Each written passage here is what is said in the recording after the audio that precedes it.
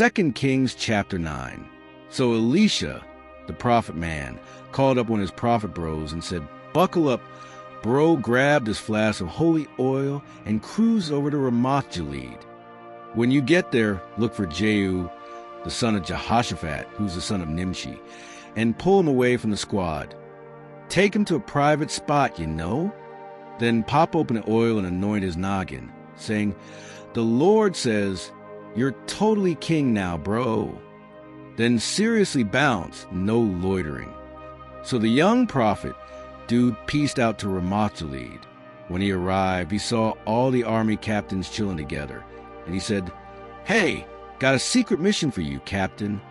And Jehu said, "Wait, which of us are you talking to, dude?" And he's like, "You Captain Jehu, bro." So Jehu got up and followed him into a house. The prophet dude poured oil on Jehu's head and said, "The Lord, God of Israel, says, I anoint you king over his people, all of Israel. And you're going to take down the whole Ahab fam to avenge the blood of the prophets and all the gnarly stuff Jezebel did. Ahab's whole crew is toast. I mean, even the dudes who pee on walls, gone. I'm making your enemy's house like the ones from Jeroboam and Baasha. Completely wiped out, bro. Oh, and Jezebel? Yeah, dogs are gonna snack on her in Jezreel. No burial, just bones, dude." Then he opened the door and totally bolted. Jehu came back out, and the other soldiers were all, "Yo, what was that crazy dude talking about?" And Jehu said, "You know how those prophetic types are so extra."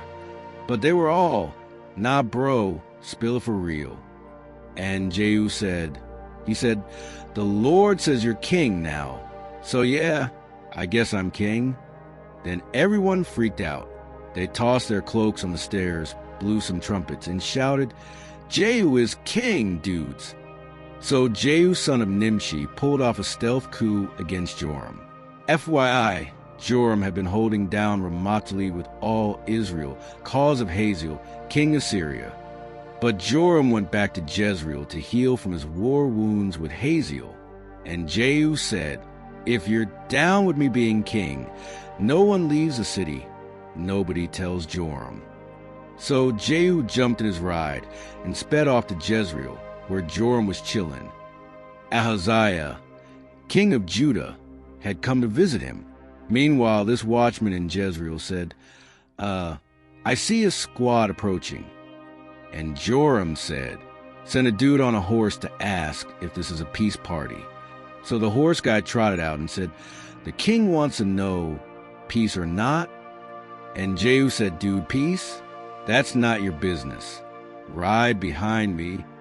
The watchman goes, That guy never came back." So they send another horse guy. Same script. "Is this a peace vibe?" And Jehu goes, "Nope. You too. Fall in line, bro." Watchman's like, "Still no return." And dude, the driver? That's gotta be Jehu. He drive like he's possessed. Joram said, "Suit up, we're rolling out." So he and Ahaziah both geared up, rolled out in their chariots, and met Jehu right at the spot where Naboth the Jezreelite had his vineyard. Total poetic justice. So when Joram caught sight of Jehu, he said, "Yo, Jehu, we cool? Is this peace?" And Jehu was all, "Peace? Bro, how can there be peace when your mom Jezebel's out here practicing witchy stuff and acting all sketchy?" Joram said, "Oh snap," and totally whipped his chariot around yelling, "Treachery, bro. Treachery, Ahaziah." And Jehu, dude, pulls back his bow with full surfer strength and bam, nails Joram between the shoulder blades. The arrow surfed right through his heart, and the guy slumped hard in his ride. Then Jehu goes, "Yo, Bidkar, my dude, scoop him up and chuck him in Naboth's old vineyard, remember? We were cruising with Ahab, and God totally called this. God said, 'I saw the blood, bro, Naboth and his fams, and I'm cashing that karma check right here. So do it, right here, just like the big guy said.' When Ahaziah saw that go down, he bailed toward the garden house. Jehu's like, take him out too." They nailed him in his chariot near Gur by Iblim. He tried to jet to Megiddo, but totally died there. His crew loaded him up and rolled him back to Jerusalem, where they buried him respectfully, with his fam in the city of David. Just to keep track, Ahaziah started his reign in year 11 of Joram, son of Ahab. Wild times. So Jehu rolls up to Jezreel, and Jezebel, girl was ready. She beat her face with makeup, did her hair, and leaned out the window looking like a real housewife of Israel. As Jehu rolled in, she threw shade like, "Oh, hey, Jehu, you pulling a Zimri move? You know, the dude who off his boss." Jehu looks up and said, "Yo, who's with me? Who's on Team Jehu?" And 2 or 3 eunuchs peeked out like, "We might be down." Jehu goes, "Throw her down." And they were all bet. So down she went, splat. Her blood hit the wall and the horses. Jehu didn't even flinch. He straight up trampled her. Then he strolls and like nothing happened, grabs a bite, maybe a flagon of something, and goes, "All right, bros, someone go scoop up the queen and bury her." She was royalty after all. But when they rolled up, all they found was her skull, her feet, and her palms. "That's it. Major you." They reported back to Jehu, and he goes, "Well, guess that's what the Lord meant when Elijah said, 'Dogs are going to chow down on Jezebel and Jezreel.' Now she's like literal compost out in the field. Nobody's even going to say, 'Oh, hey, that's Jezebel.' She's just gone." 2 Kings chapter 10. So Ahab had 70 sons chilling in Samaria, right? And Jehu totally wrote some intense letters and sent them to the top dogs in Jezreel, like the rulers, the elders, and the guys raising Ahab's kids. The letter said, "Yo, since you got all these royal dudes with you, and you got chariots, horses, and mad weapons, pick the raddest son of your master, slap a crown on him, and let's throw down. Fight for your king's house, bro." But they were totally shook. Dude, if even 2 kings couldn't take this guy, how are we supposed to stand a chance? So the city manager, the palace boss, the elders, and the nannies all sent a message back like, "Yo, Jew, we're totally your servants now. We're not putting anyone on the throne. You do you." Jehu hits them with another letter like, "Alrighty then, if you're really with me and gonna listen, here's the deal. Chop off all your master's sons' heads and bring them to me in Jezreel tomorrow. Cool? Cool." So, yeah, they did it. They straight up killed all 70 of the king's sons, packed the heads in baskets, like actual baskets, and FedExed them to Jezreel. A messenger rolled up like, "Dude, delivery's here. Heads are in." And Jehu said, "Stack them in 2 gnarly piles at the city gate till morning." The next morning, Jehu came out and told the crowd, "All right, so yeah, I totally plotted and off my old boss. But, who do you think iced all these guys? Just so y'all know, not one word from the Lord is gonna flop." What he said about Ahab. Nailed it. Elijah called it. And Jehu wiped out anyone even remotely related to Ahab. His bros, his buddies, his priests. No survivors. Then he bounced from Jezreel and cruised toward Samaria. But on the way, at this place called the Shearing House, Jehu ran into Ahaziah's bros and said, "Sup, dudes, who are you?" They said, "We're Ahaziah's fam, just heading down to hang with the royal crew." Jehu goes, "Take him alive." And boom, they grabbed all 42 of them and executed them at the pit. Not a single guy left. After that, Jehu met this chill dude Jehonadab, son of Rechab. He said, "Yo, is your heart vibing with mine, bro?" Jehonadab said, "Totally." "Then give me some skin." So Jehu pulled him into the chariot. And Jehu said, "Hop in, bro. Come see how stoked I am for the Lord." So they cruised together. When they hit Samaria, Jehu finished the job. Anyone still repping Ahab's house. Toast. All just like God told Elijah. Then Jehu called a crowd and said, Okay, people, listen up. Ahab was mid-level Baal fanboy, but Jehu, I'm gonna go all in for Baal. Jehu said, okay, so gather everybody who's into Baal, the prophets, the squad, the priests. Don't leave a single dude out, because I've got this epic sacrifice planned. And anyone who flakes, they're toast. But low-key, Jehu was plotting to wipe them all out. Then Jehu said, let's make it official. Throw Baal-Assyria's assembly sacred and stuff. So they did, and Jehu sent invites all across Israel. And every Baal fan showed up. That temple was packed, wall to wall. Then Jehu said to the guy running the closet, bring out the Baal fan uniforms. And the dude handed out all the flashy robes. Jehu and his bro Jehonadab went inside, and Jehu said, double check people. Make sure there's nobody here who's vibing with the Lord. Only straight up Baal stands allowed. While the Baal bros were getting all sacrifice Jehu posted 80 dudes outside and said, listen up, if any of these Baal guys make a run for it, and you let him go, it's your head for his. So the second the sacrifice wrapped up, Jehu yelled to the guards and officers, all right, dudes, now, take him out. Don't let a single one bounce. So they went full sword mode, dumped the bodies, and stormed the city of Baal's house. They dragged out all the Baal idols and torched them. Then they totally smashed the big Baal statue, wrecked the temple, and turned it into a public bathroom. For real, it stayed that way forever. So boom, Jehu totally nuked Baal from Israel. But even with all that, Jehu still clung to Jeroboam's old sins, like those golden calf things in Bethel and Dan. Not cool. Then the Lord said, yo, Jehu, props. You did what was right in my eyes. You took out Ahab's line like I asked. So here's the deal. Your fam will rule Israel for 4 generations. But Jehu didn't really go all in on the Lord's path. He didn't ditch Jeroboam's shady vibes. Around then, the Lord started shrinking Israel's turf, and Hazael was out there smacking them up along the borders. From east of the Jordan, like Gilead and the lands of the tribes of Gad, Reuben, and Manasseh, all the way from Aroer near the Arnon River through Bashan. It got rough. And if you want to know all the other stuff Jehu did, like his wild ride and savage streaks, it's totally in the scroll of the kings of Israel.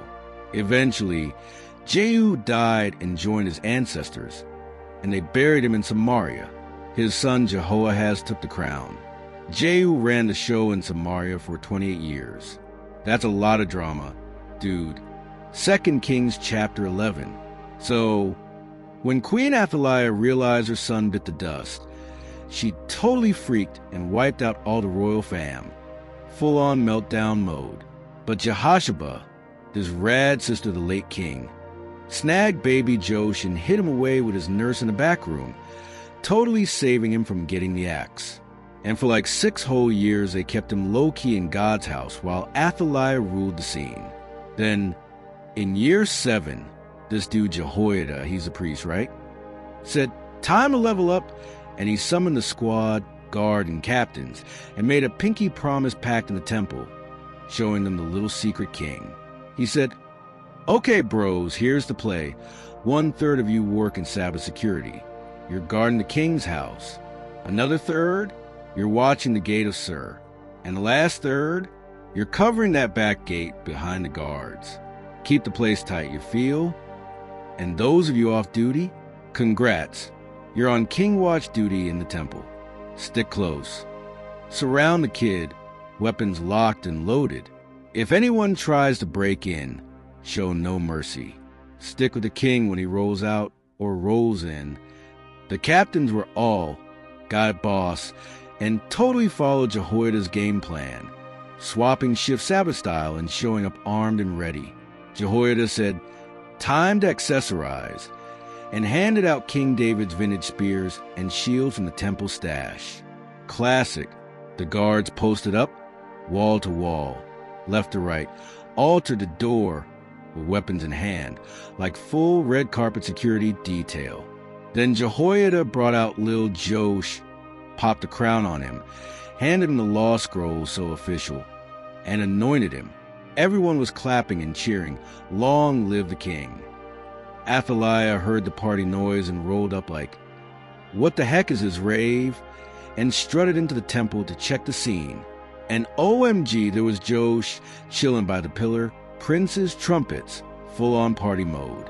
Athaliah said, "So done," ripped her outfit, and screamed, "Treachery, treason." But Jehoiada said, "Okay, someone get her out of here, and anyone who follows, take him out. Don't spill drama in the Lord's house, please." So they snatched her, escorted her out by the Horse Gate route, and yep, Sword City. That was the end of Athaliah. Then Jehoiada made this mega pact between God, the king, and the people. It said, "We're officially God's crew now, okay?" And the people were all, "Let's do this." Stormed Baal's house, wrecked everything. Altars, idols, the whole place, and even took out Mutton the Baal priest. Jehoiada set up proper leadership in God's temple again. The priest squad, the guards, the whole crew escorted Josh from the temple to the palace through the guard gate. And boom, Josh took his rightful seat on the royal throne. Everyone was stoked. The city totally chilled out, and Athaliah, Dunzo, gone by the sword beside the palace. And fun fact, King Josh was just 7 years old when he started ruling. Talk about a prodigy. 2 Kings chapter 12. So in the 7th year of Jehu's reign, this dude Jehosh, aka Josh, took the throne, and he totally ruled in Jerusalem for 40 years. His mom was Zibiah from Beersheba, major desert vibes.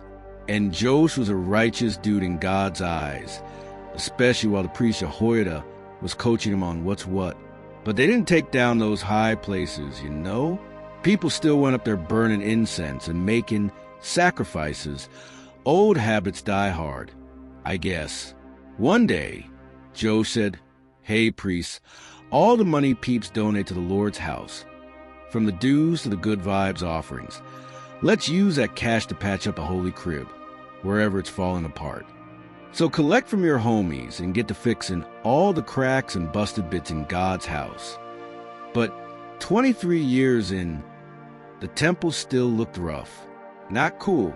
So Josh called out Jehoiada and the crew, "Dudes, why haven't you fixed the temple yet? No more collecting money unless it's going straight into repairs, got it?" And the priests were all totally fair, and they stopped taking cash from people or handling Reno jobs. So Jehoiada said, "New plan." He grabbed a chest, cut a hole in the lid, and parked it by the altar entrance, easy donation station. The door dudes dropped all the incoming cash into it. When the chest was looking totally stuffed, the king, scribe, and the high priest showed up, counted the loot, and bagged it up. Then they passed the funds to the temple contractors, the real MVPs who were all about the grind. And those guys paid the carpenters and builders, and the masons and stone dudes too. They bought timber and stone and got to work patching up the Lord's house. Total makeover mode.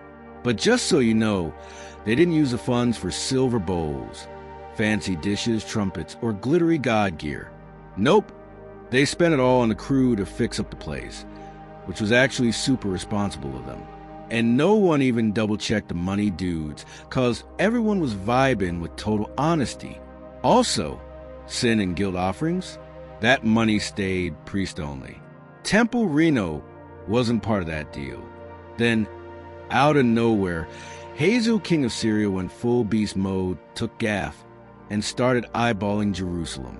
Josh said, "Yikes," and grabbed all the sacred stuff his fam had donated, plus all the treasure from God's house in his own crib, and sent it as a please go away gift to Hazael. And guess what? Dude totally backed off. If you want to know the full Josh story, it's all written down in that epic book of the kings of Judah. But bummer alert, some of Josh's own servants turned shady and plotted to offer him in the house of Millo near Silla. The culprits? Jazakar, son of Shimeth, and Jehozabad, son of Shomer. His own crew. They struck him down, and Josh died. They buried him in the city of David, and his son Amaziah took the crown. 2 Kings chapter 13. So in year 23 of King Joash, the Judah one, this dude Jehoahaz, son of Jehu, starts ruling up in Samaria, and he rides a throne for 17 years. But he was a total spiritual wipeout, following Jeroboam's bogus example and leading Israel into more bad vibes. Not chill. The Lord was super bummed and basically let the Syrians, Hazael and his bro Ben-Hadad, mess with Israel forever. But Jehoahaz said, OMG, Lord, help us. And God, being the awesome one, actually listened because he saw how rough things were getting. So God sent this mystery hero to rescue Israel. Everyone went back to chilling in their tents like the good old days. But even after all that, they still clung to Jeroboam's crusty sins and kept up the sketchy shrine stuff. Sigh. Syria had pounded them so bad they only had 50 horse bros, 10 chariots, and 10K soldiers left. The rest? Total dust storm.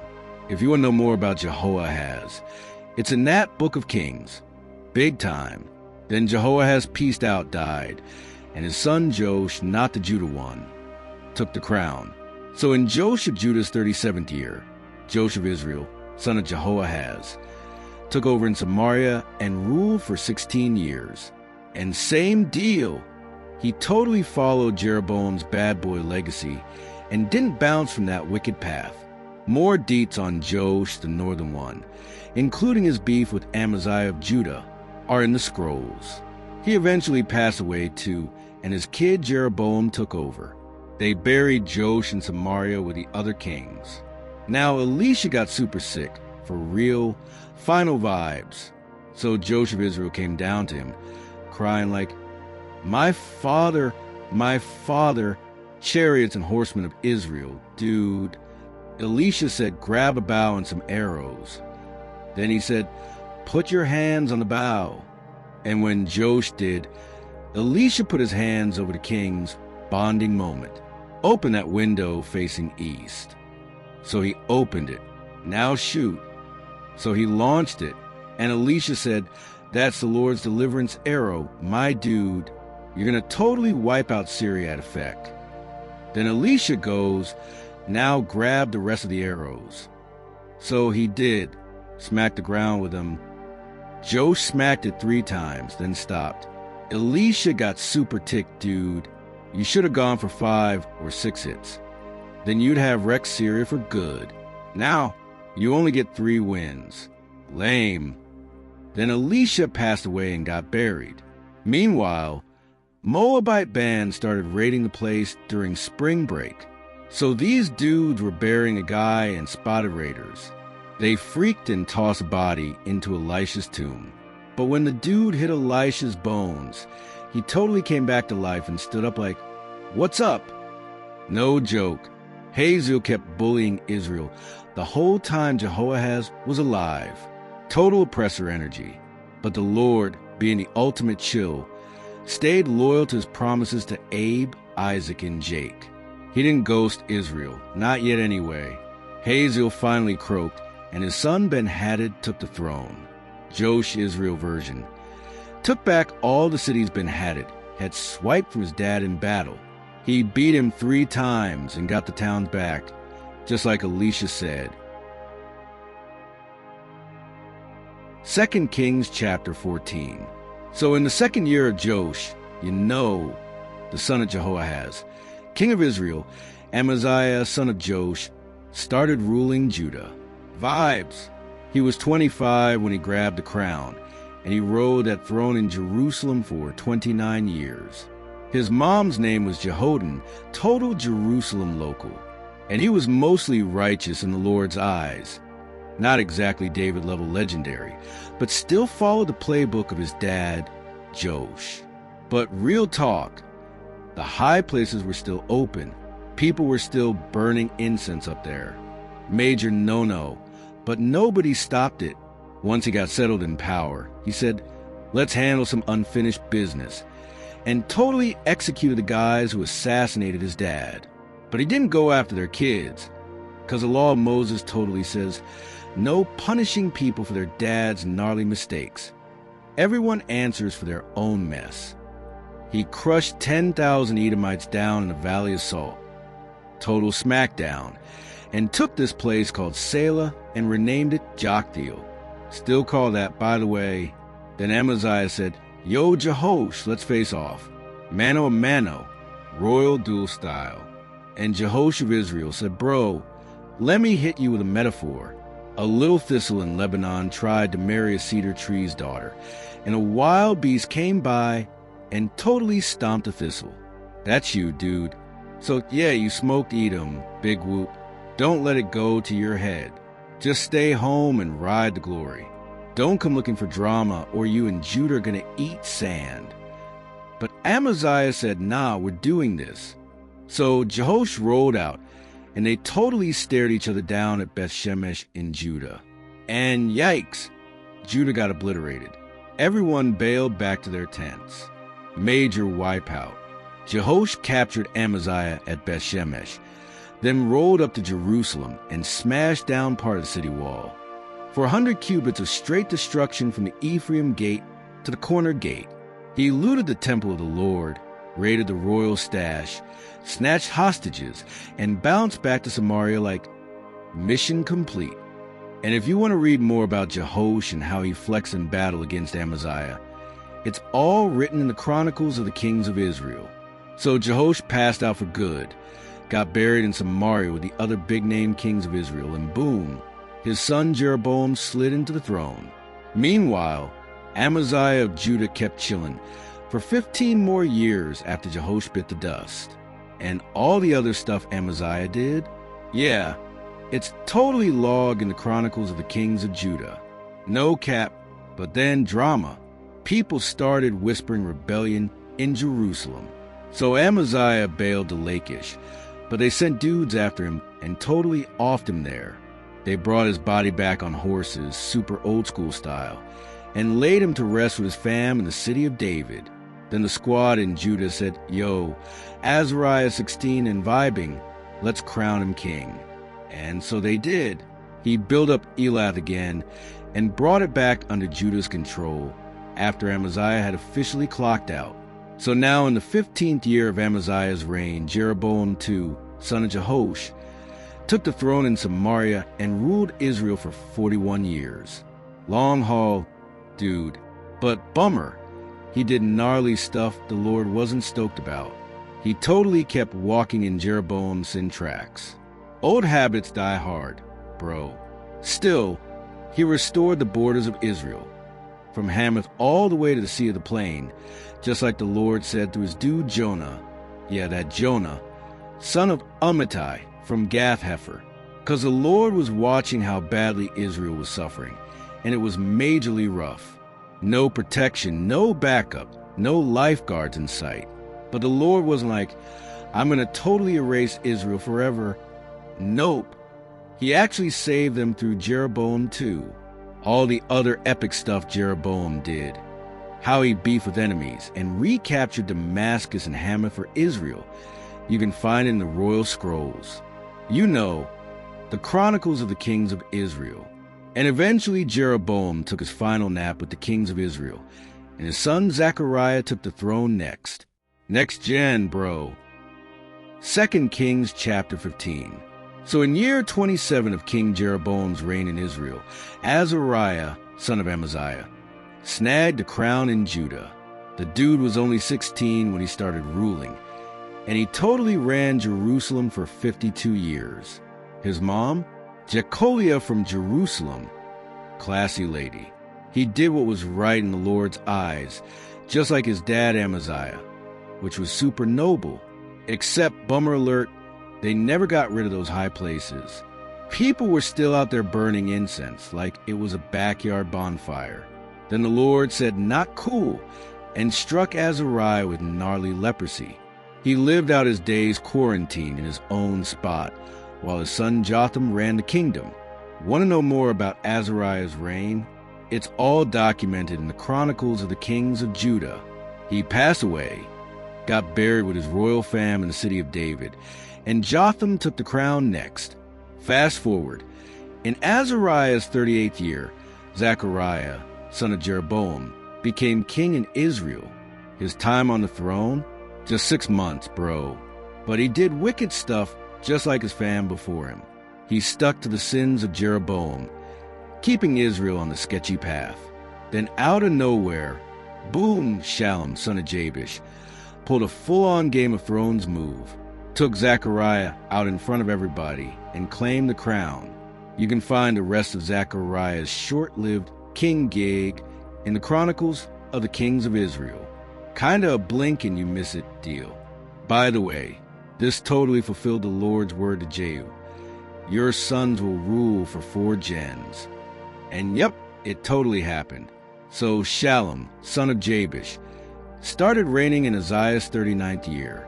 But sad trombone, he only lasted 1 whole month in Samaria. Enter Menahem, son of Gadi, who stormed in from Tirzah, smoked Shallum in Samaria, and grabbed the throne for himself. If you want to read about Shallum's short and chaotic reign, his whole conspiracy and everything, it's logged in the Chronicles of the Kings of Israel. Classic betrayal content. Then Menahem went beast mode on Tifsa and its surroundings because they didn't roll out the red carpet. He wrecked the place and did super savage stuff. Even the pregnant women weren't spared. Not chill. In Azariah's 39th year, Menahem started ruling Israel, and he reigned for 10 years in Samaria. But same story. He did evil in the Lord's eyes, never ditching the shady ways of Jeroboam, who got Israel all twisted. Then Pul, king of Assyria, came stomping in. So Menahem threw him 1,000 talents of silver. Yo, back me up and make my rule legit. Big-time bribery vibes. So Menahem said, all right, bros, time to cough up some silver. He made all the rich dudes pay 50 shekels each to hook up the king of Assyria with a fat bribe. Worked like a charm. The Assyrian king bailed and didn't camp in Israel. If you're curious about Menahem's whole story, it's totally in the Chronicles of the Kings of Israel. Major receipts. Then Menahem peaced out with his ancestors, and his son Pekahiah snagged the crown. In Azariah's 50th year as Judah's king, Pekahiah took the throne in Israel and ruled in Samaria for 2 years. But he did the evil thing too, stuck with the bogus vibes Jeroboam started. No bueno. One of his own bros, Captain Pekah, son of Remaliah, pulled a savage betrayal with backup from 50 Gileadite bros and a couple of dudes named Argob and Aria. Boom! Palace ambush, Pekahiah down, coup complete. Want the gory details? Yeah, they're logged in the Chronicles of the Kings of Israel. Flip the scroll. So in Azariah's 52nd year, Captain Pekah, the plot twist king, ruled Israel for 20 wild years. And yep, you guessed it, he kept the evil train rolling, still riding Jeroboam's gnarly sin wave. During his rule, Tiglath-Pileser, king of Assyria, came shredding through the north. He totally wiped out cities like Ijon, Abel-Beth-Makkah, Hazor, Galilee, the whole Naphtali scene. Then he scooped up the people and carried them off to Syria. Harsh wipeout. Then Hoshea, son of Elah, said, your reign is over, bro. He assassinated Pekah and took the throne in Jotham's 20th year. Total throne snatch. The rest of Pekah's kingly deeds? Yep, recorded in the Chronicles. All the drama's there. Now, in the 2nd year of Pekah's rule, Jotham, son of Uzziah, started ruling Judah. Jotham was 25 when he got the crown and held it down in Jerusalem for 16 years. His mom was Jerusha, daughter of Zadok, classy lineage. Jotham was a solid dude, did right in the Lord's eyes, just like his dad Uzziah. Big thumbs up. But side those high places, still poppin'. People kept lighting incense and partying up there. Still, Jotham built the higher gate of the Lord's house. Nice upgrade. All his other moves, projects, and boss king moments? Yeah, they're all in the Chronicles of the Kings of Judah. Go deep if you want to know. Around that time, the Lord started letting Judah's enemies stir up some serious trouble. Rezin king of Syria and Pekah son of Remaliah. Major turbulence. Eventually, Jotham died and was buried with a fam in the city of David. Then his son has stepped up to the throne. New king. 2 Kings chapter 16. In the gnarly 17th year of Pekah son of Remaliah, Ahaz, Jotham's kiddo, snagged the Judah crown. He was 20 and totally not ready for the throne, and he reigned 16 years in Jerusalem. But oh no, he did not do the right thing in the Lord's eyes like great-great-great-great-granddad David. Instead, he was vibing hard with those shady Israel kings, and even made his own son walk through fire. Talk about extra. That was mega offensive, straight up heathen level. He lit incense everywhere. High places, hilltops, under every basic green tree. Dude was all about that unauthorized worship life. Then Rezin of Syria and Pekah of Israel were all, let's totally wreck Jerusalem. But spoiler, they couldn't take him down. Rezin snagged Elath back for Syria and gave the Judah crew the boot. Now the Syrians were full-time Elath residents. So Ahaz said, "Hey Tiglath-Pileser, big boss of Assyria, I'm your dude now. Can you rescue me from those two mean kings ganging up on me?" And then he raided the Lord house in his own palace for bling and sent it as a bribe, present, to the Assyrian king. Tiglath-Pileser said bet. He took down Damascus, exiled the people, and straight up off Rezin. Ahaz rolled up to Damascus to meet Tiglath-Pileser and said, "Whoa, this altar is sick." He took pics, blueprints, and sent them to Uriah the priest to recreate it. Uriah sat on it and whipped up a copycat altar just in time for Ahaz to come home. When Ahaz got back, he was stoked and offered his own sacrifices like, "Let's fire this baby up." He brought his burnt stuff, meat stuff, drink stuff, basically all the offerings, and splashed blood on that shiny new altar. Then he moved the old-school brazen altar that was before the Lord and stuck it off the side like some backup piece. Then he told Uriah, "So here's the new plan. Use the big altar for all the sacrifices, morning, evening, royal people stuff, everything. The old altar is my private God chat zone now." Uriah said, "Totally, boss." And he did everything Ahaz said, no questions asked. Then Ahaz got all weird with the temple. He dismantled the base decorations, took the wash basins off their stands, and moved the big sea bowl onto plain pavement. Bummer for the bronze oxen, holding it up. Oh. And he closed off the special Sabbath entrance and the king's private entrance to the temple, just for the Assyrian king's vibes.